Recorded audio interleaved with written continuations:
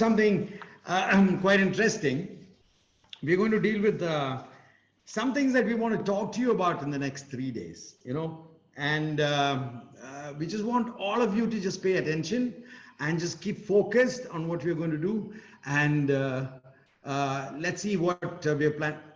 Auntie Sashi, what are you doing? You're reading the newspaper when the kids are waiting. There are 146 kids waiting, and you are reading the newspaper. We don't have time. We need to get moving because otherwise we'll run out of time.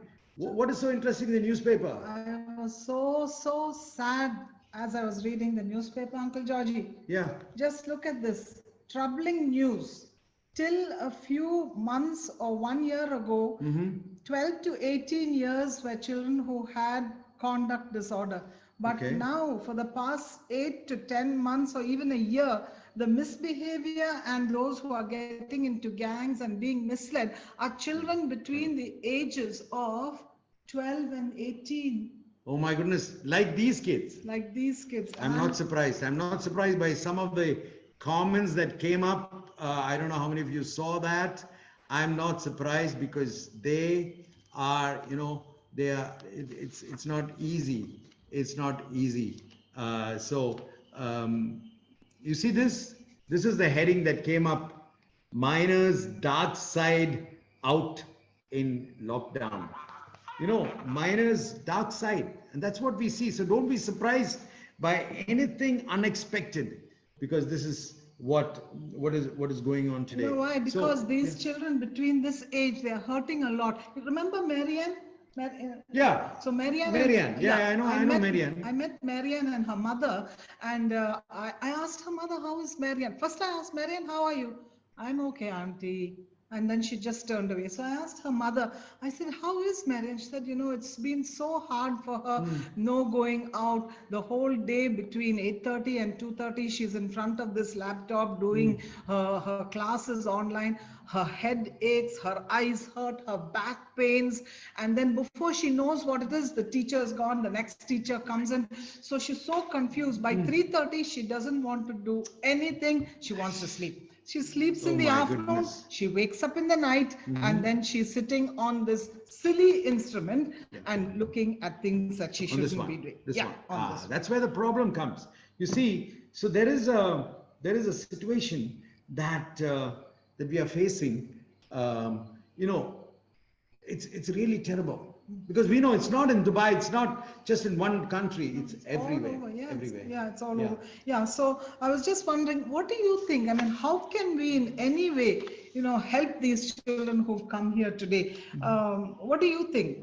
I mean, see, what I see is that, this season that we are going through is unprecedented, because we don't know what's going on, and parents don't know what's going on, children don't know what's going on and how to handle this, and there's no one to talk to, there's no social interaction except on the screen, there's no church, there is nowhere that people can go, and that is why children, I think, are suffering in silence. I think there are many here who are also frustrated and suffering in silence, because I was surprised at something that came up on the screen, and I know it's not the child, it is the problem that he or she is going through that is making them do this. It's, Satan taking advantage of this situation. What can we do? So what we are praying is, in the next 3 days, these precious children that God has given us into our hands, we will fill them with God's word. We will encourage them.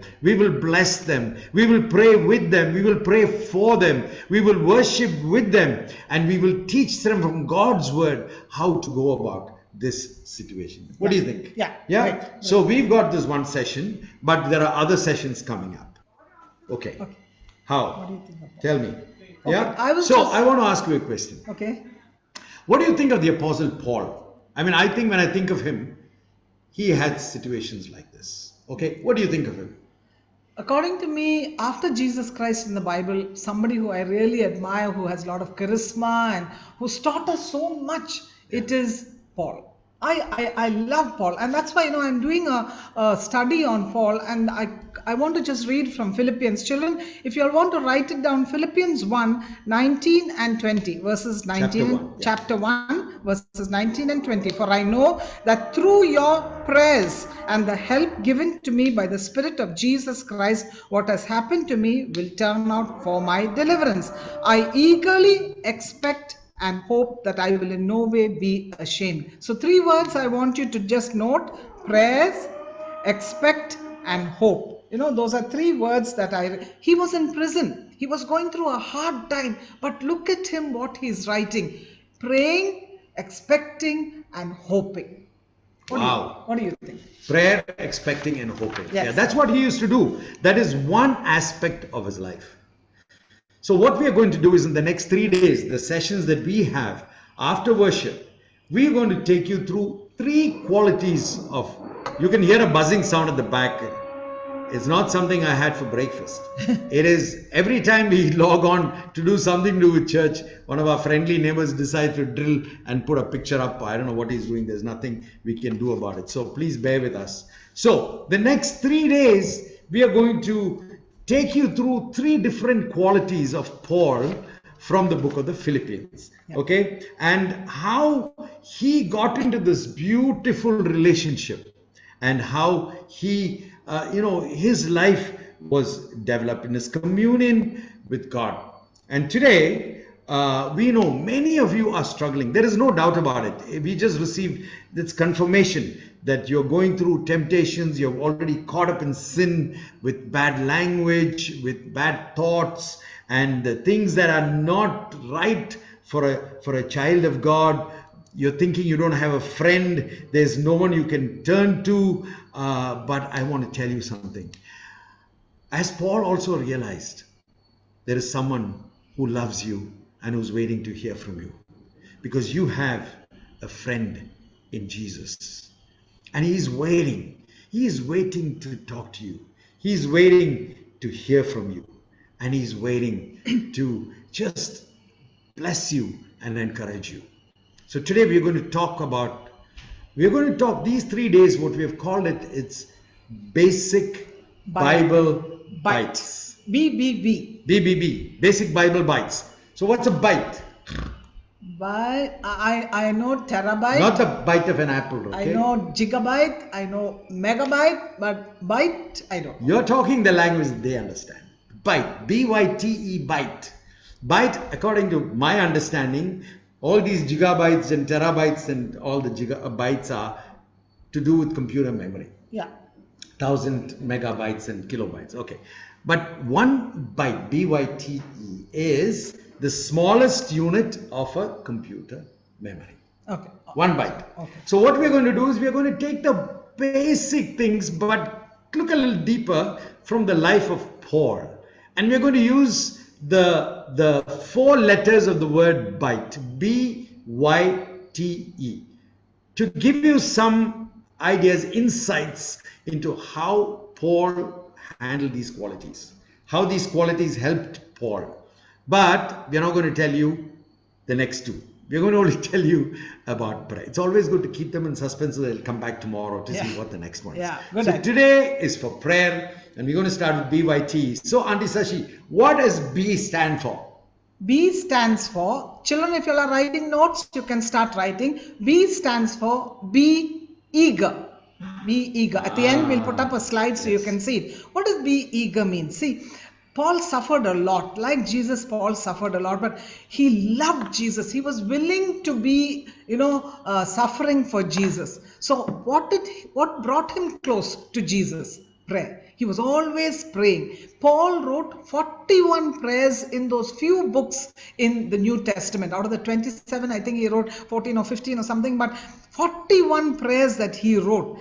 And this is what he says. I think when he was young, or when he was learning with Gamaliel, he must have read a lot of Psalms, because David in Psalm 42 says, like a deer drinking from a stream, I reach out to you. Paul was reaching out to God in his prayers. Then the psalmist said, my soul thirsts for you. Paul was thirsting. He was eager to be in the presence of God. And then he says one sentence, when can I meet with God? See the words. I reach out to you. I thirst for you. When can I be with you? He was so eager. And a good Christian life, to be in God's will, is to have prayer. But the enemy comes, and he, like John 10:10 says, the enemy comes to steal, kill and destroy. But I have come to give you, Jesus came to give us eternal life. So what are the things the enemy says? There are 3 S's I want to. First, squeeze in prayer. Squeeze it in. Maybe you're having breakfast and then your mom says it's time to get on class. Okay, between your dining table and your work table, you squeeze, Lord, I'm just going to start my studies, help me. Squeeze in prayer. No, that's not good. The second S, skipping prayer. The devil will tell you, you're so tired, just get on to bed and sleep. You don't have to talk to God. Just get on and go and sleep. And the third one, superficial prayer. Our Father who art in heaven, hallowed be thy name. No. 3 S's are all wrong, children. Don't squeeze in prayer. Don't have skipping prayer. Don't have superficial prayer. That's why, I think many of the children who've listened to me from the past 10, 12 years, and now they're all helping out, I always talk about sojo. What is sojo? Sojo is in the morning, slip off, S-O, slip off your bed onto your knees and just thank God for the night and ask Him to help you during the day. And J-O is at the end of the day, next to your bed, kneel down, pray, thank God, ask Him to protect you through the night and jump on. So S-O, J-O, Sojo. What do you say? Sounds great, but when you're talking about squeezing, skipping and superficial prayer, I know somebody who's here. Who? I know a young boy who exactly like that. Who's that? Every excuse he got. Me. Oh. When I was young. Okay. When I was their age, this is what I used to do. Every opportunity, I'll pray. Because, my mom will ask me, Mane, in Malayalam, she doesn't know English. Mane prarthichoda, did you pray? And I have to say yes, no. So somehow or the other, just to say yes to her, I used to go through. Okay? That is what. Next one. Why? What is why? Why? You tell me. Yell at God. Yell. No. It's not yell. It's not yell. Why stands for you and God. Amen. Prayer is personal. Prayer is personal. Yes, you have corporate prayer. You pray in a church. We pray at home in a family prayer. If you don't have family prayer, make sure your dad and mom has family prayer from tomorrow onwards, tonight onwards. But there is also time for personal prayer. And that's when you deal with the problems that you're facing. That's when you can't tell some of your problems in front of your brother and sister and mom and dad. But you can talk to your daddy in heaven. You can talk to your friend Jesus and say, I have this problem. I like to interrupt people with bad words when I'm in a setting public like forum. This, in a public forum, which is not right, and it is not right. So please, can you help me? And Jesus will help you. That's why we read in Jesus's life. If anyone who did not have prayed, it is Jesus, because he was God himself. But you can see that he prayed before everything, before a miracle, but also he took time to go out. And that's why we read in Matthew 14, 22 to 23. We read 23. After sending them home, after a long day, he told his disciples to get into a boat and go. But after that, he went up into the hills by himself to pray. Night fell while he was there alone. Can you imagine? Prayed in the evening, prayed through the night. And that's what Jesus did. Because spending one-on-one time with God is so important. And so that, I think, is fundamental. Because prayer is a time when you can speak to God, open your heart to Him, and He will also speak back to you. So when you pray, don't spend all the time listening, but also hearing from God. You need to find a quiet place. You need to find a quiet time to pray. And even as you meditate on God's word, or in the morning, just wake up that 10 or 15 minutes early and spend time in praying. And I can tell you, God is good. Uncle Shaji, you meant not only talking, but hearing. Listening. Yes. That's why they say God has given us only one tongue and 2 ears. So you talk less and hear more. Okay, so this is my policy as far as auntie is concerned, and also with God. So pray, pray without ceasing in every situation. You can pray before you write an exam, before you start the day in school, before you start a game to keep you safe, before you travel. You can pray at all times. Prayer is you and God. It's personal, and God will help you to do that. Okay, we come to tea. What is tea? Yeah. That if it's sound of music, tea, a drink with jam and bread? No. No. T is trusting God. I love that verse, Proverbs 3, 5 and 6. Trust in the Lord with all your heart and lean not on your own understanding. Hallelujah. In Yes. everything, give thanks. And what is the next verse? Everything. And acknowledge him. Acknowledge him. And Yeah, he will direct your path. paths. He will direct Everything. your path. Yeah. So Paul did not have a very easy time. He was suffering so much, but through all that suffering, he always believed God had a plan. God had a purpose. He trusted God, even for that pain in that pain that he had in the back or whatever. He kept saying, "I have a thorn in my flesh," but God said, "My grace is sufficient for you." This morning I'm talking to somebody who's at crossroads. Some of you have decisions to make. Maybe you all are wondering what should I do? Some will run to family, some will run to friends, some will run to adults. All that is good to a certain degree. But your most important confidence must be in God alone. He is the one who should help you. Because remember, Paul and Silas were in a prison many years ago, and when they were in a prison, they could have just sat and they could have told all the disciples, go to Herod, go to Caesar, go to Pilate, speak to them, speak. They didn't say anything. They prayed and they praised. Both of them in the prison, they were praising and they were praying to God. And what happened?